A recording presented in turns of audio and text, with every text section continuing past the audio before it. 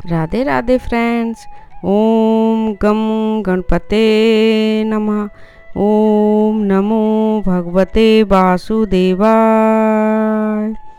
मेरी नई वीडियो में आप सभी का स्वागत है। निर्भय नाथ। हाथी हमेशा दल में रहते हैं। उनका झुंड जब सोता है तो एक हाथी चौकी देता है कि कहीं शेर हमें मार न दे। शेर से वह डरता रहता है, अपनी ताकत पहचानता नहीं। वह शेर से बड़ा ताकतवर और वजन में भी ज़्यादा है। बड़े बड़े वृक्षों को जड़ से उखाड़ देता है। यदि वह अपना बल पहचान जाए तो शेरों को मार दे। लेकिन दर्जनों हाथी भी एक शेर से डरते हैं। एक शेर निर्भीक हो जंगल में क्यों सोता है? क्योंकि वह अपनी शक्ति को पहचानता है। तभी तो वह जंगल का बादशाह कहलाता है। शेर असल में वेदांती है। वेदांत अंदर की शक्ति पर विश्वास करता है, बाहर के साजो सामान पर नहीं। सुख को भविष्य में मत ढूंढो, यह मिलेगा तब सुखी होऊंगा, इतना करूंगा तब सुखी होऊंगा, ऐसा नहीं। वर्तमान क्षण को ही सुखद बनाने की कला सीख लो, क्योंकि भविष्य कभी आता नहीं और जब भी आता है तब वर्तमान बनकर ही आता है। तुम आनंद स्वरूप हो, तुम्हें कौन दुखी कर सकता है? एक दो क्या, जगत के सारे लोग और यहाँ तक कि 33 करोड़ देवता मिलकर भी तुम्हें दुखी करना चाहें तो दुखी नहीं कर सकते, जब तक कि तुम स्वयं दुखी होने को तैयार न हो जाओ। सुख दुख की परिस्थितियां पर तुम्हारा कोई बस हो या न हो, परंतु सुखी दुखी होना तुम्हारे हाथ की बात है। तुम भीतर से स्वीकृति दोगे तभी सुखी या दुखी बनोगे। मंसूर को लोगों ने सूली पर चढ़ा दिया, परंतु दुखी नहीं कर सके। वह सूली पर भी मुस्कुराता रहा। कोई भी परिस्थिति तुमसे बड़ी नहीं हो सकती, कोई भी दुख तुमसे बड़ा नहीं हो सकता।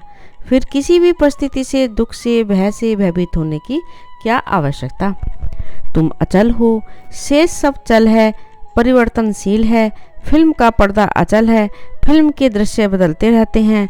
भाई ये परिस्थिति कितनी ही भयंकर लगे, दुख भले पर्वताकार लगे, सब तरफ अंधकार ही अंधकार नजर आता हो, कोई रास्ता नहीं सूझता हो, सभी स्वजन विरोधी बन गए हों, सारा संसार तुम्हारे सम्मुख तलवार लिए खड़ा नजर आता हो, फिर भी डरो मत, हिम्मत रखो, धैर्य रखो, सब तुम्हारी माया है। इसको वास्तविकता मत दो। अपने निर्भय आत्मस्वरूप का स्मरण कर उन सब की अवहेलना कर दो। विकट परिस्थिति के रूप में नजर आती हुई आंधी उड़ जाएगी।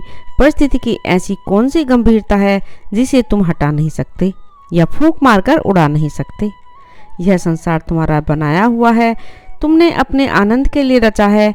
अरे देवों के देव, अपने आप को भूलकर तुम अपनी ही कृति से भयभीत हो रहे हो। भय और झिझक को दूर फेंको। सत होकर असत से डरते हो, चेतन होकर जड़ से डरते हो, जिंदा होकर मुर्दे से डरते हो, अमृत का पुंज होकर मौत से डरते हो। ये पंचभूत तुम्हारे ही बनाए हुए हैं। भय और झिझक को दूर फेंक दो। धन, सत्ता व प्रतिष्ठा प्राप्त करके भी तुम चाहते क्या हो? तुम दूसरों की खुशामद करते हो, किस लिए? संबंधियों को खुश रखते हो, समाज को अच्छा लगे, ऐसा ही व्यवहार करते हो, किस लिए? सुख के लिए ही ना। फिर भी सुख टिका? तुम्हारा सुख टिकता नहीं और ज्ञानी का सुख जाता नहीं। क्यों? क्योंकि ज्ञानी गुणातीत है और हम लोग गुणों में भटकते हैं। दुखों और चिंताओं से भागो नहीं। तुम ताल ठोककर उन्हें आमंत्रण दो कि वे आ जाएं। वे कहाँ रहती हैं? जरा देखूं तो सही। है ही नहीं, सब ख्याल ही ख्याल है। जो कुछ है दृष्टा का दृश्य विलास है। तुम दृष्टा हो, अपने से अलग कुछ भी माना, अपनी ज्ञान दृष्टि से कुछ भी नीचे आए तो समझो दुख ही दुख खड़े हो गए। ज्ञान दृष्टि आई तो प्रतिकूलता भी अनुकूलता बन गई, विरोधी भी मित्र बन गई। तूफान और आंधी हमको न रोक पाए। वे ओर थे मुसाफिर जो पथ से लौट आए। मरने के सब इरादे जीने के काम आए। हम भी तो हैं तुम्हारे कहने लगे पर आए। ऐसा कौन है जो तुम्हें दुखी कर सके? यदि तुम न चाहो तो दुखों की क्या मजाल जो तुम्हारा स्पर्श भी कर सके। अनंत अनंत ब्रह्मांड को जो चला रहा है वे चेतन तुम ही हो। मैं निर्दोष, शांत, बोध स्वरूप और प्रकृति से परे हूँ। अहो, कितनी आश्चर्य की बात है कि फिर भी मैं इतने समय तक मोह द्वारा ठगा हुआ था। ब्रह्म से लेकर तृण पर्यंत सारे जगत के नाश हो जाने पर भी जिस मैं का नाश नहीं होता, वह मैं कैसा आश्चर्य भरा हूँ। मेरा मुझको नमस्कार है। मैं तो आनंद घन हूँ। मैं तो जानता ही नहीं कि सुख क्या है और दुख क्या है, भय, शोक और चिंता क्या है। मैं स्वभाव से ही निर्भीक हूँ। मैं चैतन्य घन आत्मा हूँ। सारा जगत मेरा बनाया हुआ है, इसमें जरा भी संदेह नहीं। मैं बादशाहों का भी बादशाह हूँ, मैं शाहों का भी शाह हूँ। मुझे कौन भयभीत कर सकता है। ज्ञानी पुरुष को स्वप्न अवस्था में भी जगत सच्चा है, ऐसी भूल नहीं होती। संसार में जितनी वस्तुएं प्रत्यक्ष में घबराने वाली मालूम होती हैं, वास्तव में तेरी प्रफुल्लता और आनंद के लिए ही प्रकृति ने तैयार की है। उनसे डरने से क्या लाभ। तेरी ही मूर्खता तुझे चक्कर में डालती है, नहीं तो तुझे कोई नीचा दिखाने वाला है ही नहीं। यह पक्का निश्चय रख कि संसार तेरे ही आत्मदेव का सारा विलास है। संसार का कोई भी पदार्थ तुझे वास्तव में दुख नहीं दे सकता है। सुख दुखों की बौछारें होती रहें, परंतु वे मुझे अपने स्वरूप से कभी विचलित नहीं कर सकती। एक बैलगाड़ी वाला था, वह सतगुरु के पास जाता, सत्संग सुनता और ध्यान भी करता। उसने समझ लिया था कि कैसी भी परिस्थिति आए उससे डरना नहीं चाहिए, मनोबल दृढ़ करके उसका सामना करना चाहिए। एक बार बैलगाड़ी में नमक भरकर वह कहीं जा रहा था। इतने में आकाश बादलों से छा गया। रिमझिम बारिश होने लगी। थोड़ी ही देर में मेघ गर्जना, बिजली और आंधी तूफान के साथ जोर से वर्षा होने लगी। रास्ते में पानी भर गया। मेघ गर्जना के साथ बिजली का तेज चमकारा हुआ तो बैल भड़क उठे और भाग गए। गाड़ी एक नाले में फंस गई। इतने में फिर से बिजली चमकी। गाड़ी वाला बोलता है, ए बिजली, तू किसको डराती है। मैं नमक नहीं कि बह जाऊं, मैं गाड़ी नहीं कि फंस जाऊं, मैं बैल नहीं कि भाग जाऊं। मैं तो तेरे ही प्रकाश में अपना रास्ता तय करूंगा। मानव यदि निर्भय हो जाए तो जगत की तमाम परिस्थितियों में सफल हो जाए। हमें रोक सके ये जमाने में दम नहीं, हमसे जमाना है, जमाने से हम नहीं। आप जैसा सोचते हो वैसा ही बन जाते हो। अपने आप को पापी कहो तो अवश्य ही पापी बन जाओगे।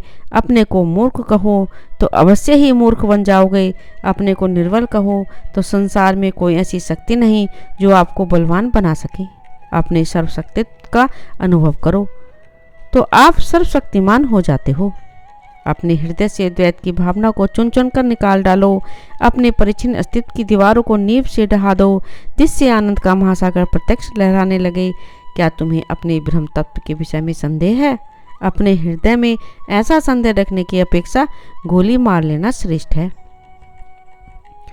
गंभीर से गंभीर कठिनाइयों में भी अपना मानसिक संतुलन बनाए रखो। क्षुद्र अबोध जीव तुम्हारे विरुद्ध क्या कहते हैं, इसकी तनिक भी परवाह मत करो। जब तुम संसार के प्रलोभनों और धमकियों से नहीं हिलते तो तुम संसार को अवश्य हिला दोगे। इससे जो संदेह करता है वह मंदमती है, मूर्ख है।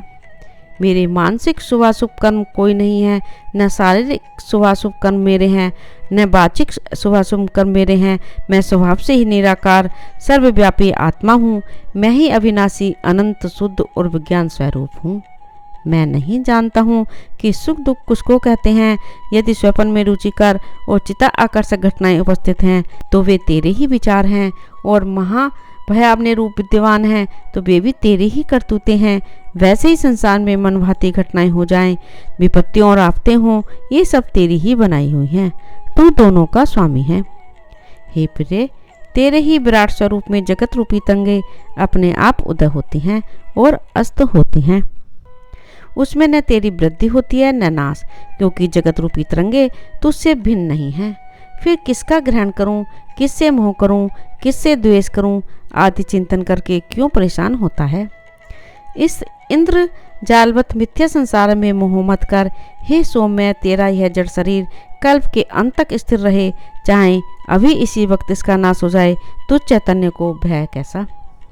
इस संसार रूपी समुद्र में एक तू ही हुआ है, तू ही है, कृतार्थ भी तू ही होगा। तेरा न बंधन है और न मोक्ष है।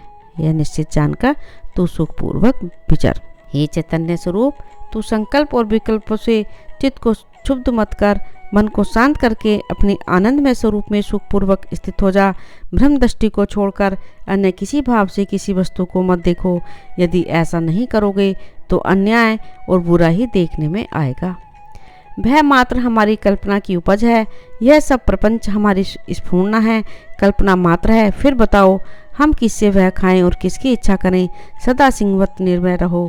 कभी भी किसी से मत डरो। वेदांत के अनुसार समस्त संसार आपकी ही रचना है, आप ही का संकल्प है, तो आप अपने को दीनहीन पापी क्यों समझते हो? आप अपने को निर्भय स्वावलंबी परमात्मा का अवतार क्यों नहीं मानते? सब प्रकार के भय, दुख, शोक और चिंता भ्रम मात्र है।